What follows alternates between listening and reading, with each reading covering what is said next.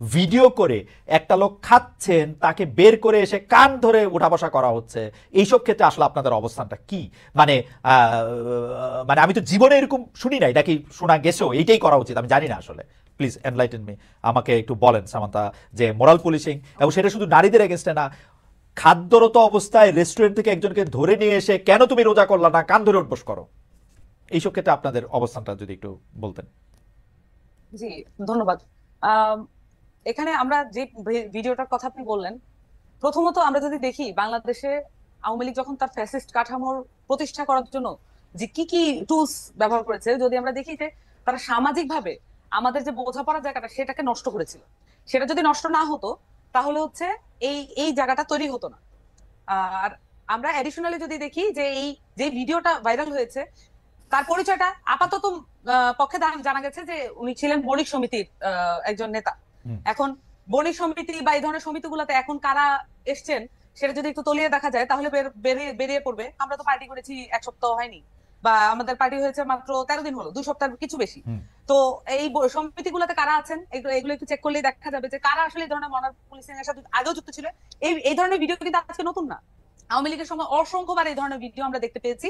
এবং এই ধরনের ভিডিওর মধ্যে দিয়ে এক ধরনের সামাজিক অস্থিরতা তৈরির জন্য এই ধরনের ভিডিও করা হয়ে থাকে বলে আমরা আমার কাছে বিভিন্ন সময়ে আমি আমি আমি যতটুকু ভিডিওটা দেখে যেটা আমি বুঝছি সেটা হচ্ছে, যে ভদ্রলোক এটা করছেন তিনি দৃষ্টান্ত উপস্থাপন করার জন্য এই ভিডিওটা করছেন আসলে, এটা আমার কাছে মনে হয়। উপস্থাপন করার জন্য এই ভিডিওটা করুক, উনি এই ধরনের কাজ করতে পারেন। আমার প্রশ্ন ছিল যে জাতীয় নাগরিক পার্টির এই মোরাল পুলিশিং, রেস্টুরেন্টে খাদ্য গ্রহণ করা অবস্থায় রমজানে, ওনার কথা আপনি বাদ দেন, আমি আপনার সাথে একমত যে এই ধরনের বিভেদ আগে সৃষ্টি করে। জাতীয় নাগরিক পার্টির অবস্থান কি? মানে আমি যদি রোজা না রাখি আমি কি রেস্টুরেন্টে বসে খাইতে পারবো, নাকি আমাকে কান্দের উঠবোস করতে হবে? মোরাল পুলিশিং কোনোভাবেই সমর্থনযোগ্য নয়। আপনার সামাজিক এক ধরনের বোঝাপড়া তৈরি করতে হবে। সামাজিক যদি বোঝাপড়া তৈরি না হয়, যতই আইন করেন না কেন এই ধরনের জিনিস ঘটতেই থাকবে। আমাদের সামাজিক বোঝাপড়া কিন্তু নষ্ট করার জন্য, এটা রাষ্ট্রের করায়ত্ত করার জন্য এক ধরনের প্রক্রিয়া আছে। এখন আমি আপনাকে বলি, আপনি বলেছেন যে মোরাল পুলিশিং এবং যে পুলিশের যে অ্যাকশন গত কয়েকদিন, আপনি এটাও প্রশ্ন করেছেন। দেখুন এখানে আমাদের মুভমেন্টের সাথে, মানে এই যে আপরাইজিং এর সাথে যুক্ত অনেকেই কিন্তু গতকাল গ্রেফতার হয়েছে। এবং এটার মধ্য দিয়ে পুলিশকে আমরা কিভাবে দেখবো সেটা কিছু, কালকে কিন্তু 2টা ভিডিও এসেছে। এক হচ্ছে যে গত পরশু 2 দিন ধরে যে এক হচ্ছে যে 12 জনকে গ্রেফতার করার পূর্ব মুহূর্তে, গ্রেফতার করার আগের যে প্রেক্ষাপট সেটা নিয়ে অনেকগুলো ভিডিও এসেছে। এবং সেই সাথে একটি ছেলেকে ঘাড়ে ধাক্কা দিয়ে পুলিশ প্রিজন ভ্যানে তোলা, এবং তার একদম ভিডিওর মধ্যে স্পষ্ট ভাবে তাকে তার অন্যায়ের অধিক শাস্তি দেওয়া, মানে অধিক শাস্তি দেওয়ার অ্যাপারেন্টলি, যদিও এটা আদালতে প্রমাণযোগ্য হবে, কিন্তু অ্যাপারেন্টলি অধিক বল প্রয়োগের মাধ্যমে পুলিশ কর্তৃক গ্রেফতার, এটাও তো আমরা আগের রেজিমে দেখেছি। তাহলে আমরা তো এখানে চেঞ্জটা ওই অর্থে পার্টিকুলার ইস্যু ধরে যদি বলি, এই অর্থে কিন্তু আমরা এই সেকেন্ড ভিডিওর ক্ষেত্রে আমরা দেখতে পাইনি। আবার প্রথম ভিডিওর ক্ষেত্রে আমরা যদি দেখি যে প্রথম যে ঘটনাটা ঘটেছে, যে শাহবাগের থেকে তারা চিফ অ্যাডভাইজারের বাসভবনের দিকে বা ওই কোথাও ওই দিকে যাওয়ার চেষ্টা করছিলেন, কিন্তু এখানে আমরা যদি দেখি ধর্ষণ বা এই ধরনের নারীর নিরাপত্তা, এটা একটা খুবই জনগুরুত্বপূর্ণ মানে ইস্যু। সেটা নিয়ে নানান পক্ষের সাথে আমাদের যে আলোচনা তৈরি করার যে স্কোপটা আছে, এই মুহূর্তে রাজনৈতিক যেই স্কোপটা আছে, সেইটা কি আগে কখনোই ছিল? আমরা এখন চাইলে সকল রাজনৈতিক দল, সকল যারা রাজনৈতিক পক্ষ এবং যারা এনজিও যারা কাজ করে তাদেরকে নিয়ে কিন্তু এখন একটা জাতীয় ঐক্যমত্যের জন্য, আমি কমিশনের কথা বলছি না, আমি বলছি জাতীয় ঐক্যমত্যের জন্য এখন একটা সুবর্ণ সুযোগ আমাদের সামনে এসেছে। আমরা এই সামান্তা, আমি 2টা বিষয় আপনাকে একটু আলাদা আলাদা প্রশ্ন করি। প্রশ্ন নাম্বার 1 হচ্ছে এই মোরাল পুলিশিং নিয়ে আসলে জাতীয় নাগরিক পার্টির কি অবস্থান? মানে আপনারা কি রমজানে মানে হোটেল রেস্টুরেন্ট সব বন্ধ রাখার পক্ষে? কেউ যদি খায় তাহলে সেইটার থেকে বের করে নিয়ে এসে কান ধরে উঠবোস করার পক্ষে? খালেদ ভাই, এটা তো আসলে মানে অ্যাবসার্ড যে আমাদেরকে এই প্রশ্নগুলো মানে আমি বলি কেন অ্যাবসার্ড, যে আসলে তাহলে পারসেপশনটা কি, মানে পারসেপশনটা কি এরকম যে আমরা এই ধরনের বিষয়কে এন্ডোর্স করতে পারি, এই সম্ভাবনা আছে, এই কারণে প্রশ্নটা ক্লিয়ার করে নেওয়া। না, কারণ হচ্ছে যে আমরা একটা পরিষ্কার অবস্থান চাই। আপনার কোনো পারসেপশন থেকে না, পরিষ্কার অবস্থান হচ্ছে আপনি শুধু বলেন যে আপনারা এর বিপক্ষে, তাহলে আমি পরবর্তী প্রশ্নটা করতে পারি। না, বা আপনি যদি বলেন পক্ষে, তাহলে আমি পরবর্তী প্রশ্নটা না। এই পারসেপশন কি হয়েছে জানেন? আমি আপনাদের বলি, গত 53 বছর ধরে পারসেপশন কোনটা কার পক্ষে কখন রাখবো সেইটা হচ্ছে, প্রফেসর সিংদা এটা ঠিকই বলেছেন, এটা এক ধরনের পপুলিজম দিয়ে ঠিক করা হয়েছে আগেকার রাজনৈতিক দলগুলা।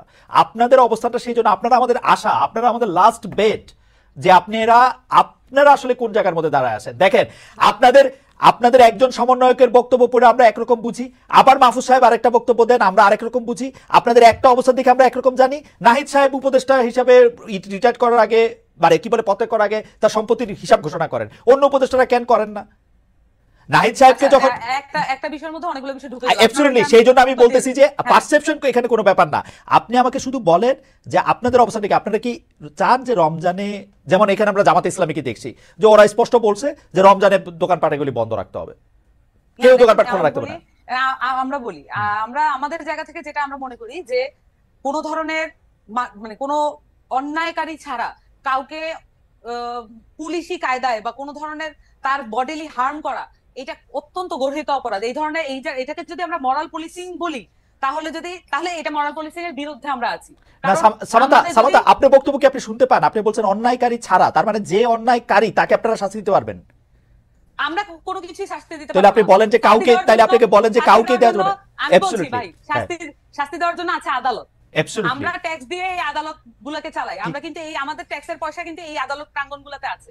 তাহলে আমি কখনোই আমার ট্যাক্সের পয়সা কিন্তু ইনভ্যালিড হয়ে যাক, সেটা আমি তো চাইবো না এজ এ সিটিজেন। তাহলে আমি চাইবো যে শাস্তি যেখানে হয় সেখানেই হবে। তার মানে এখানে আইন শৃঙ্খলা বাহিনী আছে, আইন শৃঙ্খলা বাহিনীর কাজটা কি? যদি সব কাজ হচ্ছে যে কেউ একটা গ্রুপ গোষ্ঠী মিলে এই দায়িত্বগুলো হাতে তুলে নেয়, এটা কোনো জায়গা নাই।